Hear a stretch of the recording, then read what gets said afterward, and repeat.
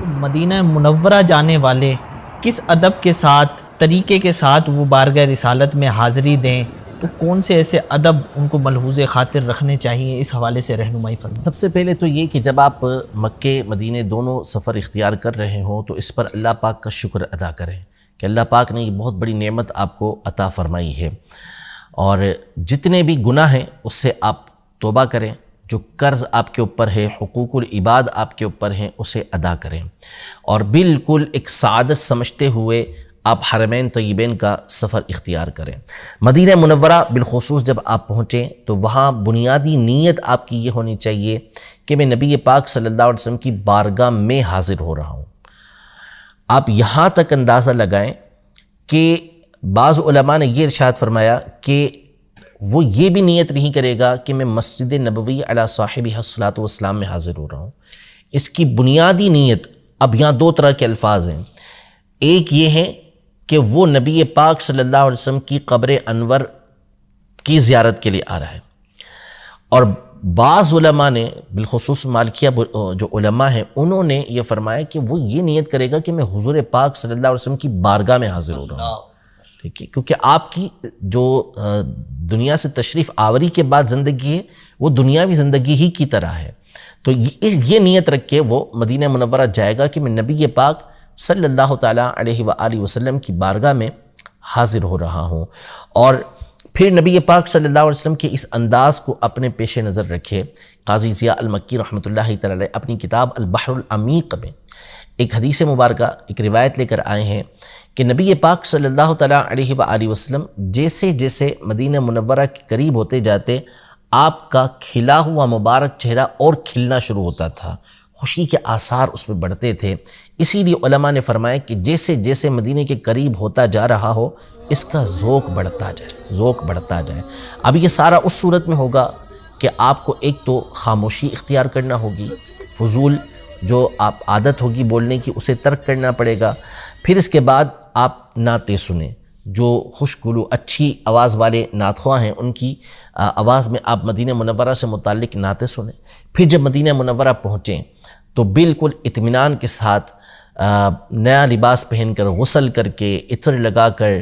اور اچھا امامہ پہن کر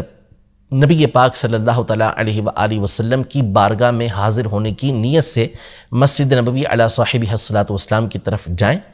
اور پھر ہونا تو یہ چاہیے کہ آپ باب البقیع سے داخل ہوں، لیکن چونکہ اب باب البقیع سے داخل نہیں ہونے دیا جاتا تو آپ باب السلام سے داخل ہوں۔ وہاں تک پہنچتے پہنچتے بھی، باب السلام تک پہنچتے پہنچتے بھی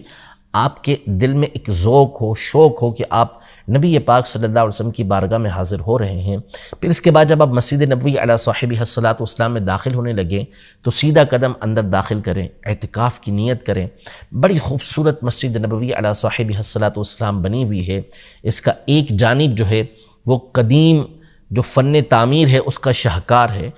ترکیوں کے دور کی اس کے اندر تعمیرات موجود ہیں، نوری نور وہاں پر ہے، تو جو بائیں جانب ہے تو وہاں کچھ آگے آپ کو بہت خوبصورت نیا انداز نظر آئے گا، لیکن علماء نے ارشاد فرمایا کہ جب حاضر ہو رہا ہو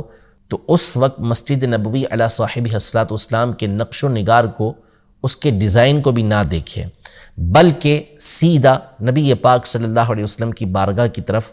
سفر اختیار کرے، جانا شروع کرے، حتیٰ کہ درمیان میں اگر کوئی جاننے والا ملے تو اس سے ملے بھی نہ، اور ملنا ضروری ہو تو مختصر سلام کر کے پھر اس سے آگے بڑھ جائیں۔ جب آگے بڑھتے ہیں تو جو پہلے کا دور تھا اس کے حساب سے علماء نے بیان کیا کہ الٹے ہاتھ پر چونکہ اب ریاض الجنہ آئے گا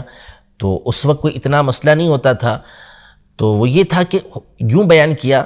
کہ اگر آپ کا ذوق اجازت دیتا ہے، کیونکہ بندہ جب عشق میں ہوگا، ذوق کے اندر ہوگا تو اس کی تڑپ ہوگی کہ بس جلد سے جلد نبی پاک صلی اللہ علیہ وسلم کی بارگاہ میں حاضر ہو جاؤں، مواجہ اقدس کے سامنے، سنہری جالیوں کے سامنے حاضر ہو جاؤں۔ تو فرمایا کہ اگر آپ کا ذوق اجازت دے تو آپ پھر 2 رکعت ادا کر لیں، اگر اجازت دیتا ہے ذوق، ورنہ پھر نبی پاک صلی اللہ علیہ وسلم کی بارگاہ میں آپ حاضر ہو جائیں۔ جب آپ پہنچ جائیں سنہری جالیوں کے سامنے تو پہلے نبی پاک صلی اللہ علیہ وسلم کی بارگاہ میں حاضر ہوں۔ علماء نے یہ ارشاد فرمایا کہ لمحہ وہ لمحہ ہونا چاہیے کہ بندے کے دل سے 2 جہان نکل چکے ہوں، صرف اس کی دل کے اندر نبی پاک صلی اللہ علیہ وسلم کی ذات گرامی موجود ہو، یہاں کھڑے ہو کر وہ نبی پاک صلی اللہ علیہ وسلم کی بارگاہ میں سلام عرض کرے۔ اور معتبر کتابوں کے اندر یہ لکھا کہ یقف کما یقف فی الصلاۃ، ایسے کھڑے ہو جیسا کہ نماز کے اندر کھڑا ہوتا ہے، اور اس بات کا اعتقاد رکھیے کہ نبی پاک صلی اللہ علیہ وسلم مجھے ملاحظہ کر رہے ہیں، مجھے دیکھ رہے ہیں،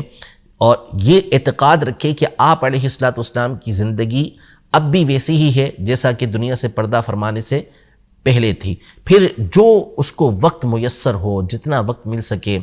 نبی پاک صلی اللہ علیہ وسلم کی بارگاہ میں پہلے تو سلام عرض کرے، اور جس نے اس کو سلام کہا ہے کہ نبی پاک صلی اللہ علیہ وسلم کو میرا سلام کہیے گا، تو پھر سلام اس کا بھی سلام پیش کرے، اور پھر جتنا موقع مل سکے اسے باادب کھڑے ہو کر، ہو سکے تو روتے ہوئے، نبی پاک صلی اللہ علیہ وسلم کی بارگاہ میں صلاۃ والسلام عرض کرے۔ جو اسے سیگے آتے ہیں، جس طرح کا درود پاک پڑھ سکتا ہے، اللہم صلی علی سیدنا و مولانا محمد، الصلاۃ والسلام علیک یا رسول اللہ، الصلاۃ والسلام علیک یا حبیب اللہ، جو اسے پڑھنا آتا ہے وہ نبی پاک صلی اللہ علیہ وسلم کی بارگاہ میں عرض کرے۔ پھر اس کے بعد اگر موقع ملتا ہے تو وہاں اپنی حاجتیں عرض کرے۔ امام محدث جزری رحمۃ اللہ تعالیٰ ابن جزری رحمۃ اللہ تعالیٰ علیہ فرماتے ہیں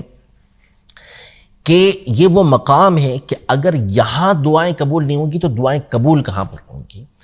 دعائیں کرے نبی پاک صلی اللہ علیہ وسلم کی بارگاہ میں، ان سے عرض کرے، اور ان کا وسیلہ پیش کر کے اللہ پاک کی بارگاہ کے اندر عرض کرے، جو دل کے اندر تمنا ہے، شفاعت کی بھیک نبی پاک صلی اللہ علیہ وسلم سے مانگے۔ پھر اس کے بعد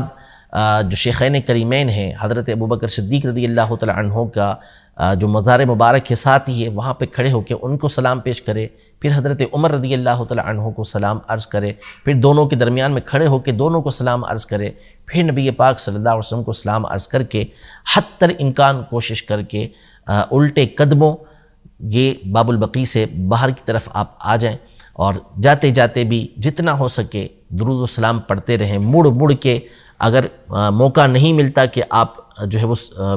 الٹے قدموں جا سکتے ہیں، کوشش کریں گے تو کوئی مشکل کام نہیں ہوگا، لیکن بار بار نبی پاک صلی اللہ علیہ وسلم کی قبر انور کو دیکھتے رہیں، حسرت کے ساتھ دیکھتے رہیں، شوق کے ساتھ دیکھتے رہیں۔ اس طرح جب آپ حاضری دیں گے تو انشاءاللہ تبارک و تعالی آپ کا ذوق بھی برقرار رہے گا، اور پھر جتنا آپ کا ذوق ہو سکے بار بار نبی پاک صلی اللہ تعالیٰ علیہ وسلم کی بارگاہ کے اندر حاضری دیں، ورنہ کم از کم اتنا ہو کہ ہر نماز کے بعد ایک مرتبہ آ جائیں مسجد نبوی علی صاحبہ الصلاۃ والسلام، اور پھر نبی پاک صلی اللہ علیہ وسلم کی بارگاہ میں حاضر ہو کر سلام عرض کریں۔